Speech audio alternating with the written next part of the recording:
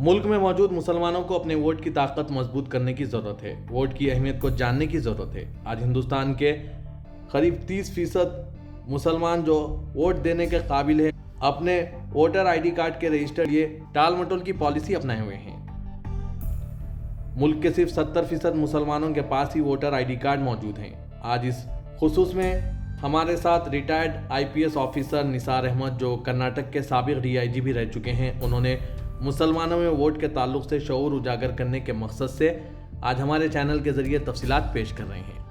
پیش ہے تمام تفصیلی رپورٹ، بیورو رپورٹ سیاست.com۔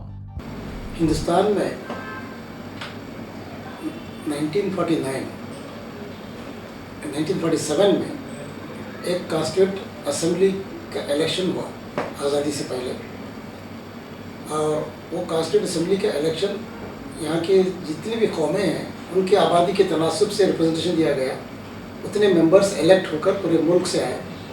اور یہ تمام لوگ بیٹھ کر ہندوستان کی گورنمنٹ بنانے کے لیے ایک دستور کو مرتب کیا جسے ہم کانسٹیٹیوشن آف انڈیا کہتے ہیں۔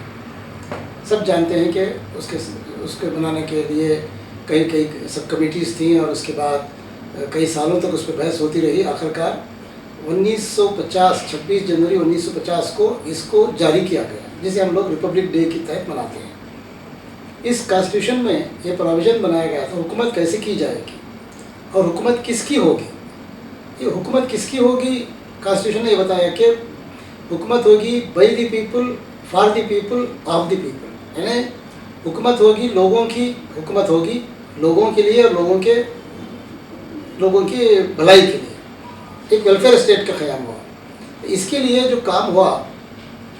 کہ حکومت کیسے بنے گی، اس کا سسٹم کیسے بنے گا، اس کو کانسٹیٹیوشن میں بتایا گیا کہ لوگ، ہر شخص، ہر شہری کو ایک ووٹ دینے کا حق ہوگا۔ ہر شہری، چاہے وہ پرائم منسٹر ہو، چاہے ایک عام آدمی ہو، چاہے وہ چیف منسٹر ہو، چاہے کوئی گورنر ہو، سب کو صرف ایک ووٹ دینے کا، غریب امیر سب کے لیے ایک ووٹ دینے کا حق تھا، تاکہ وہ اپنے نمائندوں کو چنے اور یہ پارلیمنٹ کو جائیں ان کے نمائندے، اور یہ لوگ وہاں بیٹھ کر قانون سازی کریں اور قانون کا نفاذ بھی کریں، نافذ بھی کریں پورے ملک میں۔ تو اس سلسلے میں جو پہلا کام تھا وہ تھا الیکشن، پارلیمنٹ کا الیکشن، جسے ہم لوگ لوک سبھا کا الیکشن کہتے ہیں۔ تو اس لوک سبھا کے الیکشن کے لیے لوگوں کو یہ بتایا گیا تھا کہ آپ کو اپنا نام ووٹر لیسٹ میں انرول کرانا ہے۔ اگر آپ انرول کرائیں گے تو آپ کو ووٹ دینے کا حق ملے گا، اور آپ لوگوں کو، اپنا نمائندوں کو چن کر ہر کانسٹیٹوئنسی سے پارلیمنٹ کو بھیج سکتے ہیں، جو آ کر یہاں پہ ایک اچھی حکومت، اچھے قانون بنائیں، اچھے حکومت کا نظام چلائیں اور لوگوں پر انصاف کے ساتھ، امن کے ساتھ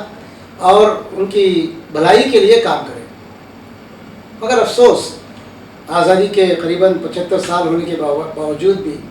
مسلمانوں میں آج تک یہ احساس پیدا نہیں ہوا اس ذمہ داری کا کہ یہ دستور نے ہم لوگوں پر یہاں پہ آزادی کے ساتھ سانس لینے کے لیے، زندگی گزارنے کے لیے، اپنے جان، مال، ایمان، آبرو کو بچانے کے لیے، عزت و آبرو کو بچانے کے لیے ایک اچھی حکومت کی تشکیل دینے کی ذمہ داری ہم پر عائد کی گئی ہے، ہندوستان کے عوام پر، سٹیزنز پر۔ تو اس کی ذمہ داری کا احساس مسلمانوں کو آج تک سمجھ نہیں پائے یا احساس نہیں ہوا، اس لیے یہ پوری ڈیموکریٹک پروسیس میں مسلمانوں کا حصہ بہت کم رہا ہے۔ ابھی تک بھی ہم لوگ جاگے نہیں ہیں، اور اس کا نتیجہ یہ ہوا ہے کہ آج پورے ملک میں قریباً 70% جو ایلیجبل ووٹرس ہیں مسلمانوں میں، ان کے نام انرولمنٹ میں ہیں۔ 30% سے زیادہ جو لوگ ایلیجبل ہیں ووٹ ڈالنے کے، جو 18 سال سے زیادہ ہو گئے ہیں، ان کے نام ابھی تک ووٹر لسٹ میں انرول نہیں ہوئے ہیں۔ تو اندازہ یہ ہے کہ ہم کو 100% عوام، میں صرف مسلمانوں کی بات کر رہا ہوں، 100% مسلمانوں میں سے قریباً 70% لوگوں کے نام ووٹر لسٹ میں ہیں، اور جب پولنگ ہوتی ہے، الیکشنز آتے ہیں، کوئی بھی الیکشن ہو، اس میں چاہے پارلیمنٹ کے ہو، چاہے اسمبلی کے ہو، چاہے لوکل باڈیز کے ہو، اس میں مسلمانوں کی جو پولنگ پرسنٹیج جو ہے، پورے ملک کے ہمارے پاس ڈاٹا ہے، سب کا ایوریج اگر نکالیں گے تو 45 سے لے کر 55 تک ہوتا ہے۔ اگر ایوریج نکالیں گے آپ تو 50% ہی پولنگ ہوتی ہے مسلمانوں کی، یعنی 70% ووٹرس ہیں 100 میں سے، جن کے نام ووٹر لسٹ میں موجود ہیں، اور اس کے بعد اس میں سے بھی 50% اگر ووٹ ڈال رہے ہیں تو مطلب یہ وہاں کے 35% پولنگ پروسیس میں حصہ لے رہے ہیں. یہ 35% ہی مسلمانوں کے جو ووٹ ڈالے جاتے ہیں، یہ بھی وہ اپنی کانسٹیٹوئنسی میں صحیح لوگوں کو چنتے نہیں ہیں، بلکہ وہ اپنے اپنے مزاج کے مطابق، اپنے اپنے گروپ کے مطابق، وہ اپنی اپنی پسند کے مطابق کسی ایک نمائندے کو اپنی کانسٹیٹوئنسی میں سب مل کر ووٹ دینے کے بجائے وہ الگ الگ پارٹیوں میں کینڈیڈیٹ میں اپنے ووٹ تقسیم کر دیتے ہیں، اور نتیجہ یہ نکلتا ہے کہ یہ 30-35 جو پرسنٹیج پولنگ ہوئی ہے وہ بھی 2-3 پارٹیوں میں ڈیوائڈ ہو جاتی ہے، جس کی وجہ سے مسلمانوں کی ووٹ کی کوئی حقیقت نہیں رہی، آج اس کی کوئی قیمت نہیں رہی. اسی لیے آپ لوگوں نے سنا ہوگا کہ ایک پارٹی ہے ہندوستان کی، بہت بڑی سیاسی جماعت ہے، وہ علیہ اعلان کہتی ہے کہ ہمیں مسلمانوں کے ووٹوں کی ضرورت نہیں ہے. ہماری آبادی 85% ہے، مسلمان تو صرف 15% ہے ہندوستان میں، تو ہمیں ان کی ووٹ کی ضرورت نہیں ہے. ہمیں حکومت پہ آنے کے لیے، ہماری نمائندوں کو چننے کے لیے ہمارے ووٹ کافی ہیں، مسلمانوں کے ووٹ کی ہمیں ضرورت نہیں ہے. ایک علیہ اعلان یہ کہتے آئے ہیں اور یہ کرتے بھی ہیں. بہرحال یہ سب جانتے ہیں یہ باتوں کو. ہم لوگ یہ بتانا چاہ رہے ہیں کہ ووٹ کی بہت بڑی اہمیت ہے. ووٹ اگر آپ ووٹر لسٹ میں نام ہوگا،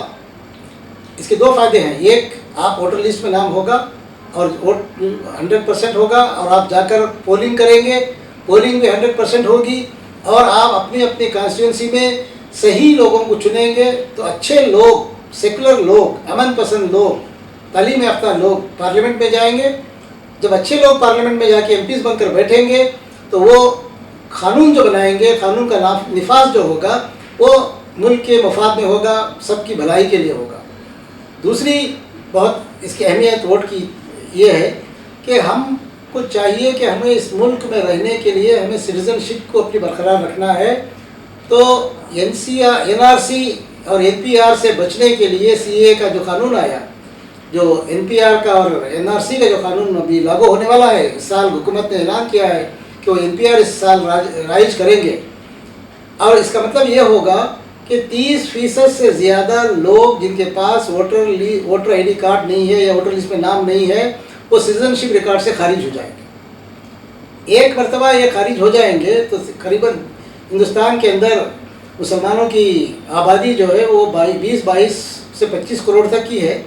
اگر یہ 20 کروڑ کی بھی آبادی اگر ہے، اس سے زیادہ ہے، میں اندازاً بتا رہا ہوں کہ 20-22 کروڑ کی آبادی میں سے 30% کا مطلب ہے کہ 6 کروڑ کی آبادی، یعنی پورے یوروپ کی آبادی سے زیادہ یہ 6 کروڑ ہوں گے، اور یہ لوگ شہریت سے محروم ہو جائیں گے. تو ان لوگوں کو ہندوستان کی شہریت سے محروم کر دیا جائے گا، ان لوگوں کو کیمپس میں ڈال دیا جائے گا، جیسا کہ آسام میں ہوا ہے. اور اسی طرح سے کئی کیمپس آلریڈی پچھلے 3 سال پہلے بن چکے تھے،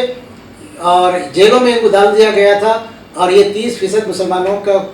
جن کے نام ووٹر لسٹ پہ نہیں ہے، ان کا انجام بھی اسی طرح سے ہوگا اگر ہم لوگ بر وقت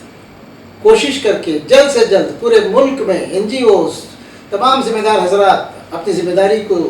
سمجھتے ہوئے، ہر فرد کو بھی سمجھنا چاہیے، قوم کے رہنماؤں کو بھی، دینی رہنماؤں کو بھی، سب کو بھی یہ بات کو سمجھنے کی کوشش کرنی چاہیے کہ وہ اپنے اپنے علاقوں میں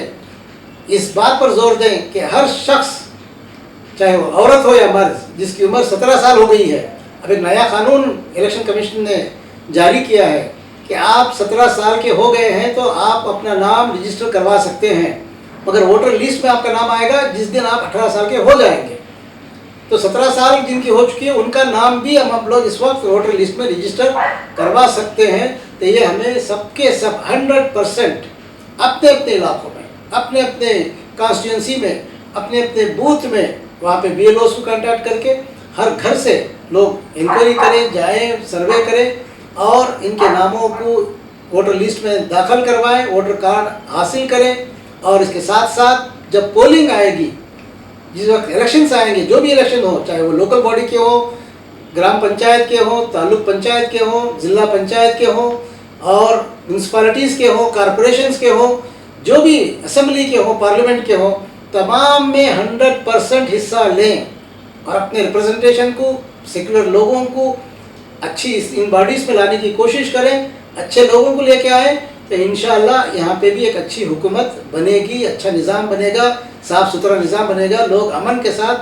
اپنے اپنی جان مال ایمان کی حفاظت کرتے ہوئے آرام سے زندگی گزار سکیں گے.